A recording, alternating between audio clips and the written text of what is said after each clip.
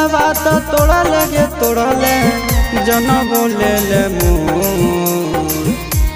तेरे कठोरा दिल तोरा